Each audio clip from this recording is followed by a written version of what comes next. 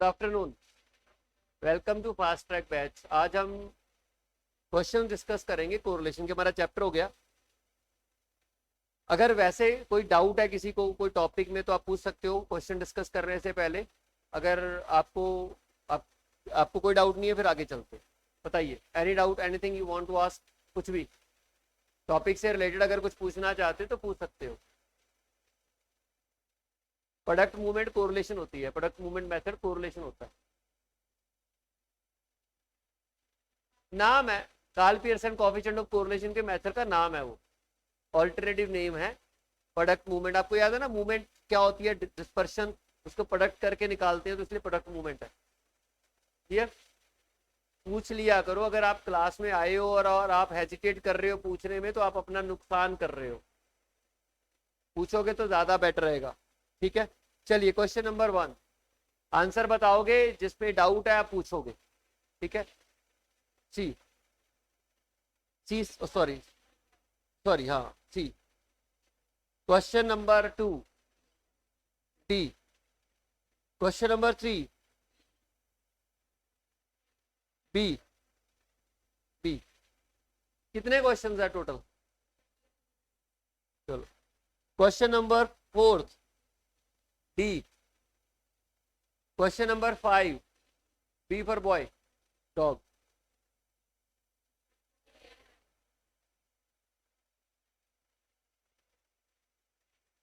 Conditional तो P for maximum number of conditional distribution. Conditional है, marginal नहीं है, तो पी प्लस क्यू होगा ना। क्वेश्चन नंबर 6 सी, इधर सी बोला किसी ने, D. Question number 7 C. Question number 8 D for dog. Question number 9, question number 10, question number 11 C और डी। डी और सी, कौन बोल रहा है सी? आपका सी है। देखिए, if all the plotted points in a scattered diagram line और single line then the correlation D आएगा। आइदर ए और बी आएगा ना, या तो देखो या तो ये हो गया ना परफेक्ट पॉजिटिव हो गया, या फिर ये होगा और है एंड थोड़ी ना हो जाएगा, बोथ थोड़ी ना हो जाएंगे कि ए भी आएगा और बी भी आएगा। या तो परफेक्ट पॉजिटिव होगा या परफेक्ट नेगेटिव होगा। 12th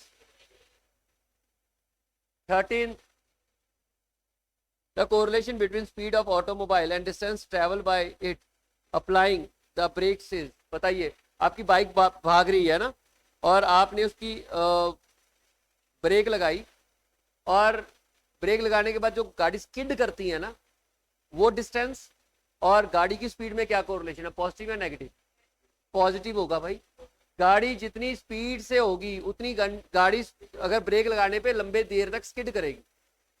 ब्रेक लगाने के बाद डिस्टेंस ट्रेवल की बात हो रही है, तो ब्रेक लगाने के बाद कौन सा डिस्टेंस ट्रेवल होता है? जब गाड़ी स्किड करती है। अगर स्लो होगा तो जहां ब्रेक लगाओगे वही रुक जाएगी। अगर गाड़ी स्पीड में होगी और अगर आप उससे ब्रेक लगाते हो, रेसिंग नहीं हो, रेस नहीं देखते हो, जब वो तेज होते हैं तो रगड़ते जाते हैं ना, वही चीज है। अगर गाड़ी स्लो होगी तो ब्रेक लगाने के बाद उसका वो जो डिस्टेंस है वो ऑलमोस्ट जीरो होगा या कम होगा।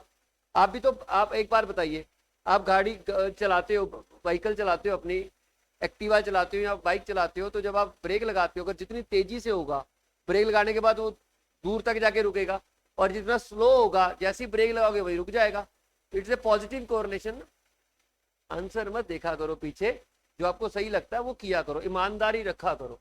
बाकी हम तो बोल ही सकते हैं, ठीक है, कि आप अपने क्वेश्चंस करके लाया करो। आपने ये जो नेगेटिव वाला बोला ना आंसर, ये पीछे इसका आंसर डिफरेंट आई थिंक, इस वजह से आपने ये किया। मैंने आपको पहले ही बोला था कि आप आंसर पीछे मत वेरीफाई किया करो। जब हम क्लास में डिस्कस कर रहे हैं, आप पेपर में कौन सा वेरिफिकेशन होगी आपकी? आप क्वेश्चन को टिक कीजिए और क्लास में डिस्कस करेंगे। तो आपका आंसर दूसरों से डिफरेंट आएगा तो डिस्कस कर लेंगे। आंसर देके प्रॉब्लम पता क्या होती है, अगर आपका आंसर डिफरेंट करेगा तो आप अपने आप को जस्टिफाई करके वो आंसर सही कर दोगे, और वो जस्टिफिकेशन मे और may not be right, correct. इसलिए टीचर से पूछ लिया करो। बोलिए पॉजिटिव। ठीक, क्वेश्चन नंबर 14 15 ये कर लो। बी, बी मास्क पहन लो कोई बात नहीं, मैं पहनूंगा तो बोला नहीं जाएगा। Question number 15, Pearson correlation coefficient is used for finding. B होएगा यार, लीनियर में ही यूज करना है, उसने असम्पशन ले ली कि लीनियर में ही यूज करना है, जहां लीनियर रिलेशन होगा। ठीक है, क्वेश्चन नंबर 16, नेचर भी होता है, अमाउंट भी होता है। 17, if the value of correlation coefficient is positive, then the point in a scatter diagram tend to cluster from lower left corner to upper right corner। तो यही होगा। ठीक है, from lower left corner to lower right corner, ऐसे तो नहीं जाएगा, सीधा तो नहीं जाएगा। From lower right corner to upper right corner, मतलब यही होगा, ये आंसर आएगा। ठीक है, question number 18 C, question number 19 D, 20, in case of correlation coefficient between two variable is 1, the relationship between the two variable would be, बताओ जरा। 1 है, दोनों के बीच में कोरिलेशन 1 है, तो स्ट्रेट लाइन होगी। ठीक है, अब बताइए जरा, ये भी हो सकता है, हो सकता है, ये हो सकता है, नहीं होगा ना, ये नहीं होगा, ये हो सकता है ऑलवेज पॉजिटिव, ये हो सकता है, सिर्फ डी हो सकता है।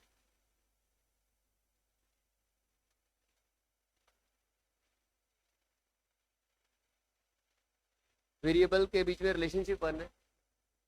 1 कब होगा? जब पॉजिटिव कोरिलेशन होगा। पॉजिटिव कोरिलेशन कब होगा? जब जब y इज इक्वल टू ए, दोनों पॉजिटिव होंगे, दोनों पॉजिटिव डायरेक्शन में चेंज हो रहे होंगे। तो यहाँ तो पॉजिटिव भी हो सकता है ए और बी, नेगेटिव भी हो सकता है। अगर ए बी नेगेटिव हो गया तो एक बढ़ रहा है दूसरा फॉल करेगा, ऑपोजिट कोरिलेशन हो गया। मतलब y is equal to A plus B X में पॉजिटिव कोरिलेशन तभी होगा जब ए एंड बी दोनों पॉजिटिव होंगे। जब दोनों पॉजिटिव होंगे तो y के बढ़ने के साथ ए भी बढ़ेगा, y फॉल करेगा तो ए भी फॉल करेगा। अगर मान लीजिए इनमें ए और बी में से एक भी नेगेटिव हुआ तो कोरिलेशन आपकी पॉजिटिव नहीं होगी, नेगेटिव हो जाएगी।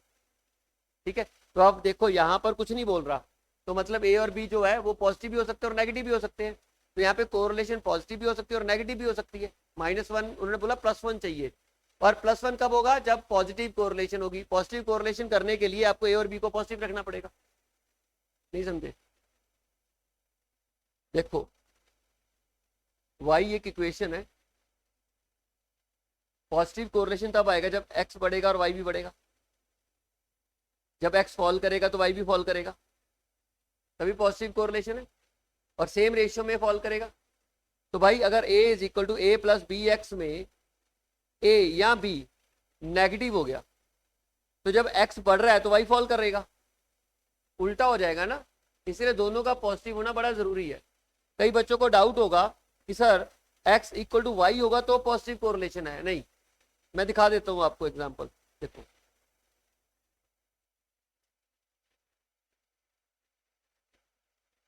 y is equal to A plus B X. ठीक है, a लेते हैं हम लोग 2 और b लेते हैं 3, अज्यूम कर लेते हैं, और x की वैल्यू पुट करते हैं और y की वैल्यू निकालते हैं। 1 से पुट करना शुरू कर दो। x1 है पहले, तो कितना आ गया y? 5 आ गया। x2 आ गया, y 3 आ गया, 4 आ गया, 5 आ गया। पर यूनिट बढ़ने से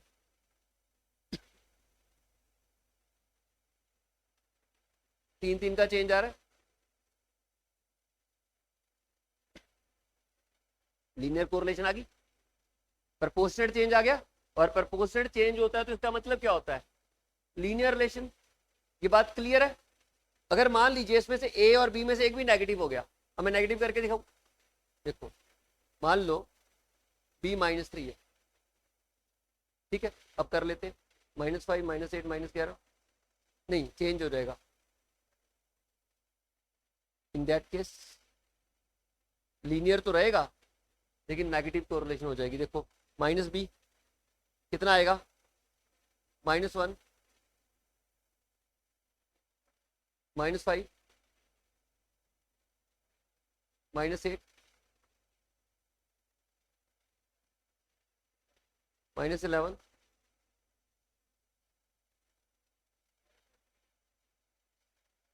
अब एक बात देखो, ये बढ़ रहा है और ये फॉल कर रहा है, नेगेटिव होगी कोरिलेशन।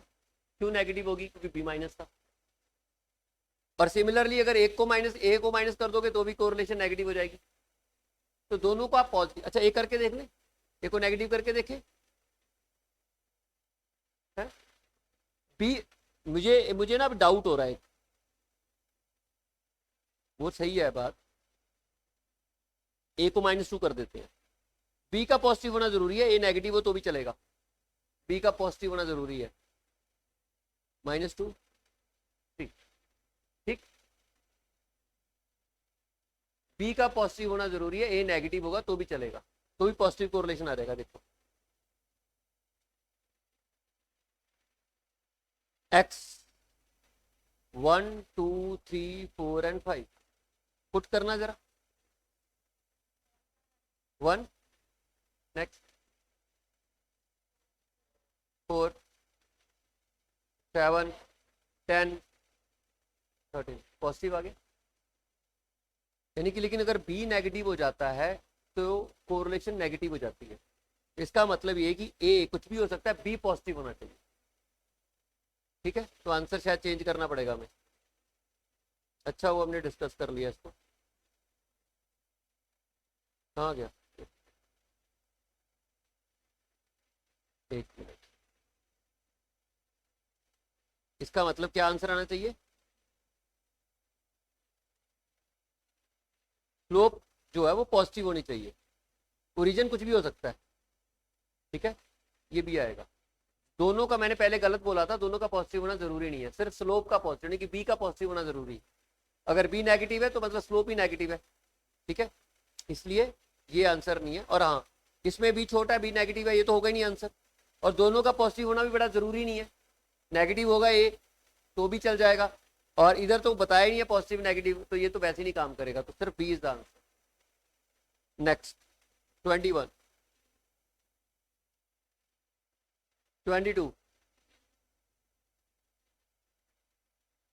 23 23 सी है, किसी को डाउट है, हाँ जी देखो, if there is a perfect disagreement, answer आ गया, परफेक्ट डिसएग्रीमेंट, ठीक है ना। परफेक्ट डिसएग्रीमेंट का मतलब क्या, रिवर्स।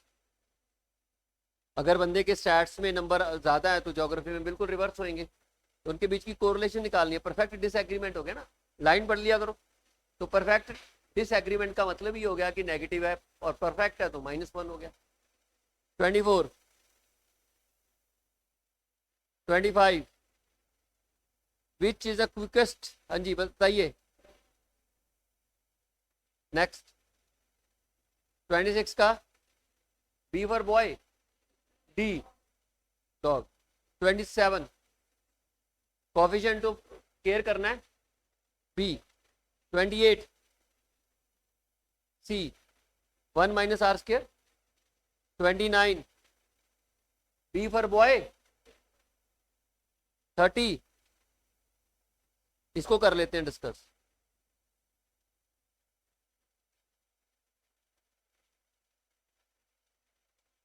देखो कहता है कि the covariance between two variable is 20 and variance of one variable is 16, what would be the variance of another variable. देखो आपको मालूम है आर क्या होता है, कोरिलेशन होता है, covariance X Y standard division of X, standard division of Y देख लेते हैं, मुझे आंसर पता नहीं अभी। कोवेरियंस एक्स वाई, तो वेरियंस का एक्स के वेरियंस का स्क्वायर रूट और वेरियंस वाई का रूट, यही है। अब आपको मालूम है आर की वैल्यू कभी भी पॉजिटिव 1 से ऊपर नहीं जा सकती, मैक्सिमम 1 होएगा, ठीक है। सॉरी, ज्यादा से ज्यादा 1 होएगा, इसकी वैल्यू भी ज्यादा से ज्यादा 1 नहीं होएगी, मानते हो। और देखो कोवेरियंस आपका कितना है 20, नीचे वेरियंस ऑफ वन वेरिएबल मान लीजिए एक्स का कितना है 16, तो स्टैंडर्ड डिवीजन आ गया 4, नीचे स्टैंडर्ड डिवीजन वाई का नहीं पता हमें, नहीं पता ना, तो वाई का स्टैंडर्ड डिवीजन ज्यादा से ज्यादा 5 से ज्यादा नहीं आ सकता, नहीं सॉरी, छोटे से छोटा 5 होगा।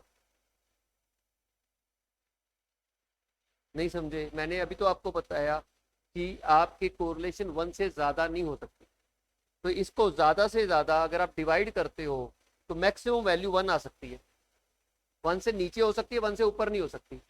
तो अगर 1 से ऊपर जाएगी तभी जाएगी जब नीचे 20 से नीचे कम होगा, ठीक है। तो डिनोमिनेटर ज्यादा से ज्यादा 20 हो सकता है, सॉरी कम से कम 20 होगा, कम से कम 20 होगा, क्योंकि 20 से ऊपर जाएगा तो सही है, अगर लेकिन 20 से नीचे हो गया तो 1 से ऊपर चला जाएगी वैल्यू, नहीं समझे,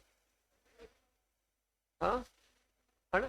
तो 20 मिनिमम 20 चाहिए, तो मिनिमम आपका y का स्टैंडर्ड डिवीजन 5 चाहिए, वेरिएंस 25 से मिनिमम चाहिए, तो अगर वेरिएंस 25 से ज्यादा है तो आंसर आएगा, अगर वेरिएंस 25 से नीचे है तो जस्टिफिकेशन नहीं होगी। तो वेरिएंस ये नहीं हो सकता, ये भी नहीं हो सकता, ये भी नहीं हो सकता, मोर देन 100 ही सही ऑप्शन है, नहीं समझे। वो देखते हैं, पहले ये देखो, वो देखते हैं। 30th क्वेश्चन समझ आया, किसी को नहीं समझ आया दोबारा पूछ लो, मैंने बोला पूछोगे तो बता दूंगा, पूछोगे नहीं, हाँ जी नहीं पता चला दोबारा बता देते हैं, चलिए।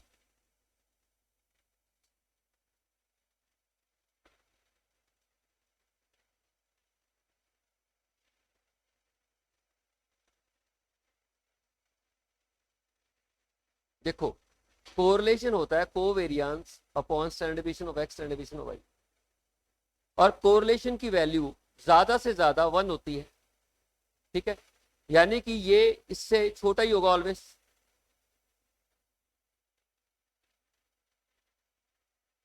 ट्वेंटी अपॉन नीचे 4 आ गया, ये है ना। तो अब आप मुझे ये बताइए, दिख रहा है ना भाई आपको, अब आप ये बताइए कि किसी भी हालत में ये कभी 21 इससे नीचे हो सकता है, क्योंकि अगर इससे नीचे हो गया तो कोरिलेशन की वैल्यू 1 को एक्सीड कर जाएगी, नीचे 20 से नीचे आ जाएगा ना। मान लो ये 4 हो गया, स्टैंडर्ड डिवीजन वाई का 4 हो गया, तो नीचे आ गया 16, 20/16 तो 1 को क्रॉस कर गया, गलत होगा। अगर मान लो ये 5 हो जाएगा, 5 होगा, तो 5 इंटू 4 20, 20/21 वो एक्सेप्टेबल है, लेकिन अगर 5 से नीचे होगा तो एक्सेप्टेबल नहीं, 5 से ऊपर होगा तो एक्सेप्टेबल है। तो मिनिमम वैल्यू 5 चाहिए ना आपको, और अगर आप वेरिएंस की बात करो तो मिनिमम वेरिएंस 25 चाहिए, क्लियर होता है ना। तो 25 से नीचे वेरिएंस नहीं आना चाहिए दूसरे वेरिएबल का, तो 25 से नीचे नहीं आना चाहिए, लेकिन उसमें ऑप्शन में मिनिमम 100 बोला है, 100 तो हो ही सकती है ना, 100 से ऊपर तो जितनी मर्जी, 25 से ऊपर कोई भी वैल्यू हो सकती है, लेकिन 25 से नीचे नहीं कोई हो सकती। तो 3 ऑप्शन में तो 25 से नीचे ही है, तो चौथी ऑप्शन में 25 से ऊपर है, तो वो ऑप्शन सही हो सकती है, ठीक।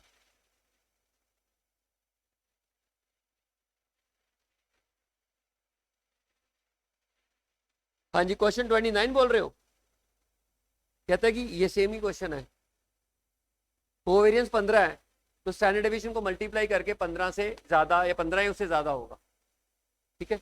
तो product of standard division should be more than, B आएगा, शुड बी मोर देन 15, तभी 1 से नीचे आएगा कोरिलेशन, 1 या 1 से नीचे। ओके, क्वेश्चन नंबर 31 सेम ही तो किया ना। अरे देखो अगर बी पॉजिटिव है तो पॉजिटिव कोरिलेशन है, और अगर बी नेगेटिव है तो नेगेटिव कोरिलेशन है। लीनियर रिलेशन तो है ही है। कोई भी चीज जब इक्वेशन में होती है ना, सिंपल लीनियर इक्वेशन में होती है, तो वो लीनियर रिलेशन वाली होती है। अब वो नेगेटिव है या पॉजिटिव है, बी देख लो, बी अगर नेगेटिव है तो कोरिलेशन नेगेटिव है, अगर बी अगर पॉजिटिव है तो कोरिलेशन पॉजिटिव है। ठीक, तो इसका मतलब 1 और -1 अकॉर्डिंग टू बी अगर ज्यादा है तो 1 होएगा, बी पॉजिटिव है तो 1 होएगा, और बी नेगेटिव है तो 1 से नीचे। सी इज द आंसर। ठीक है ना। अगर बी पॉजिटिव है तो कोरिलेशन लीनियर तो है ही है ना, या तो -1 आएगा या +1 आएगा, डिपेंड करता है बी पे।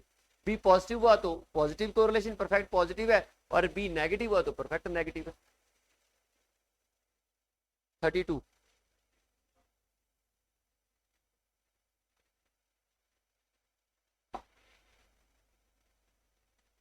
बता, कोई डाउट है? बी साइन चेंज हो गया, सबका यही आ रहा है ना। 33, अरे 33 सी है ना, तो तुम ये बताते हो कि हुआ नहीं। हाँ तो फिर एक बार बताओ, आपको हर बार इमिटेशन पूछना पड़ेगा कि पूछ, कोई डाउट है, कुछ डाउट है, कुछ डाउट है? आप पूछते क्यों नहीं हो, पता नहीं क्यों नहीं पूछते। और इसमें मेरे को फायदा है, मैं तो मिनट में खत्म कर दूं इसको, आपको नुकसान है।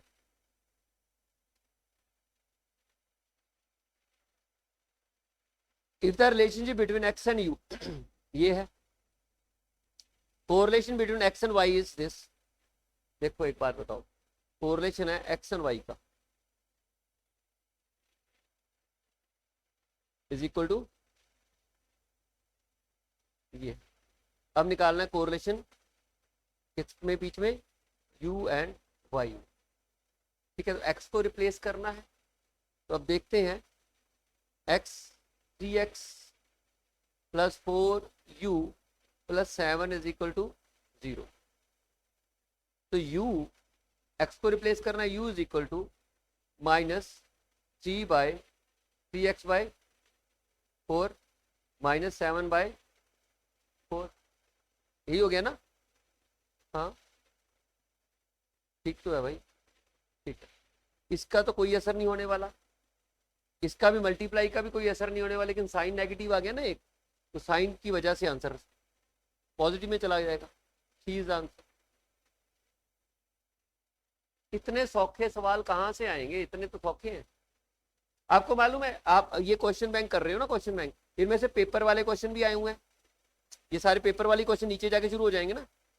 और आप देखोगे, आपने डिस्पर्शन भी किया है, आपने मीन डेविएशन, सेंटर टेंडेंसी का भी है, आपको पेपर वाले क्वेश्चन में कोई प्रॉब्लम नहीं होती, सीधे निकल रहे होते हैं, लेकिन पेपर में नहीं होते हैं आपसे। ये वही क्वेश्चन है जो पेपर में आए हुए हैं, पेपर में निकले नहीं यहाँ, तो बड़ी जल्दी आपने आंसर कर दिया। किसी ने मेरे को पेपर वाले क्वेश्चन में डाउट नहीं पूछा, दूसरों में पूछा है, लेकिन किसी ने पेपर वाले क्वेश्चनों में डिस्पर्शन चेक कर लो, पेपर वाले किसी क्वेश्चन में डाउट नहीं पूछा, दूसरों में पूछा आपने। उससे पहले सेंटर टेंडेंसी की तरफ चले जाओ, पेपर वाले किसी क्वेश्चन में डाउट नहीं पूछा। उससे पहले आप वो 4 चैप्टर का जो इकट्ठा क्वेश्चन बैंक किया था, उसमें भी देख लो, पेपर वाले क्वेश्चन में कोई डाउट नहीं था, बाकियों में थे। लेकिन सेम क्वेश्चन जब पेपर में आते हैं तो आपसे होते नहीं है। उसका कारण पता क्या है, कि ये कुछ बच्चों ने यहाँ पे किए हुए हैं और उन्हीं के क्वेश्चन होते हैं, और जो छोड़ के बैठे हैं उनके वहां फिर नहीं होने। आने तो पेपर में ऐसे क्वेश्चन है, कुछ डिफरेंट थोड़ी ना आएगा। अब सारा दिन मेहनत करते हो, बहुत पढ़ते होगे, लेकिन पेपर में कुछ नहीं कर पाते, क्योंकि तरीका ही गलत है। जब काम करना होता है तब करते नहीं, और जब नहीं करना होता तब बैठे हो, रट्टा मार रहे हो। अभी जरूरत है क्वेश्चन करने की, मैं आपको बोल के हटा था कि आपने करने हैं।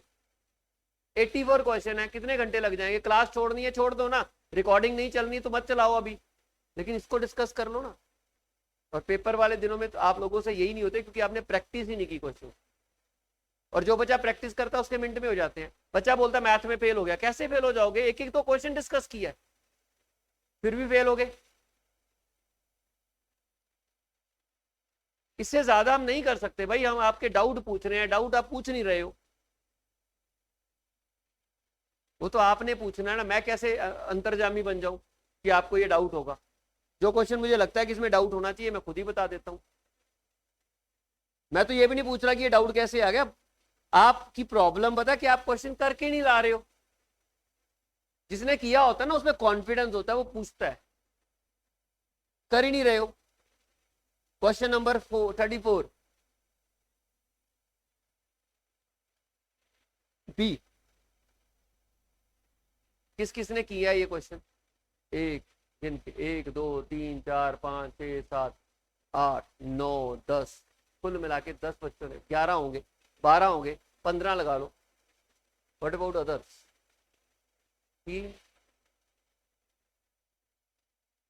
तो एक काम करते हैं, नेक्स्ट क्लास में जब तक क्वेश्चन नहीं करके आओगे, आई वॉन्ट डिस्कस इट। कल करके लाइए, कल डिस्कस करेंगे। Thank you.